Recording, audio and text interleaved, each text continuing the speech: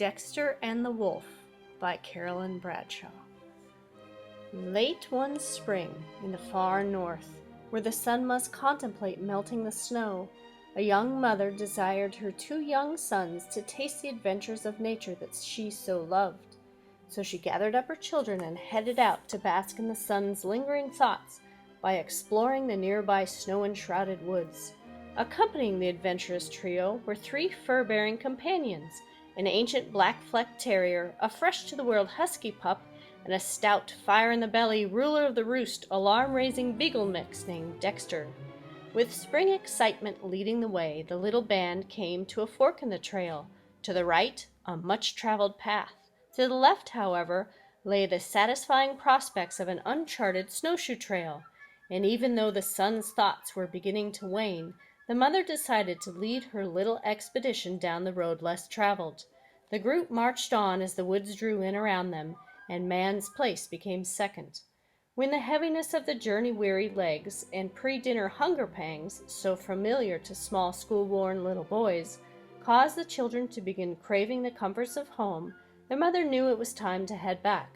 Even though the unsatisfied call for further exploration lingered tantalizingly before her, the mother's eyes scoured the unfamiliar surroundings through the softly falling snow, searching for a clue that would lead them back to the main trail. Unable to discern the way, a question began to nag her. Had she gone too far in her quest for adventure? As she quickly buried traces of slight concern she felt, she became distinctly aware that someone or something was watching her little troop.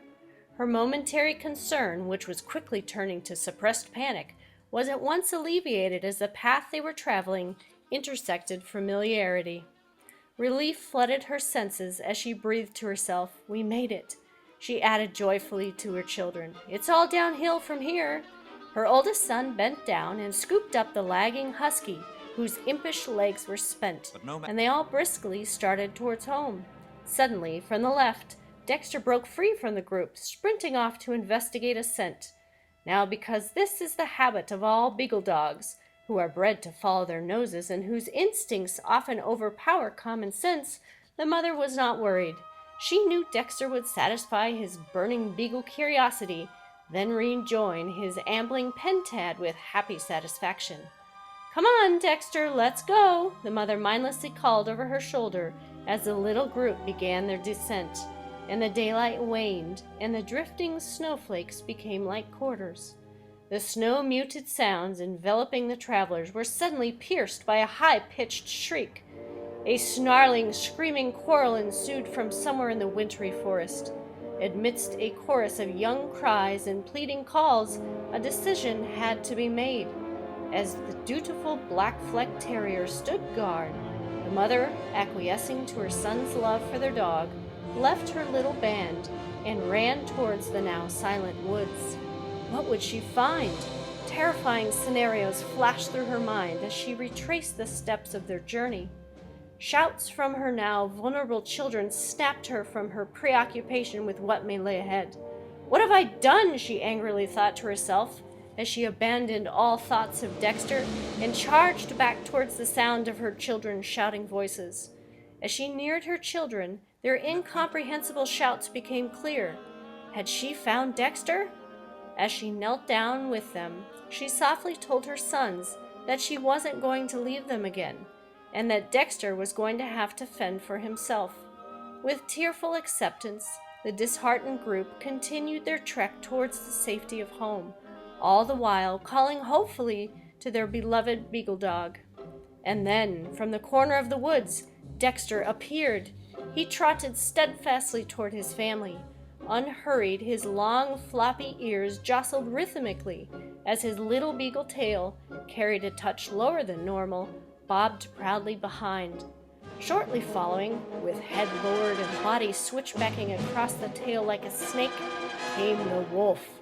The sight of his menacing, predatory gait struck fear into the mother's heart. She watched the wolf warily as he scrutinized their downhill progress. The mother then realized often simple experiences are more enjoyable than harrowing ones, and that sometimes even a little adventure can be enough.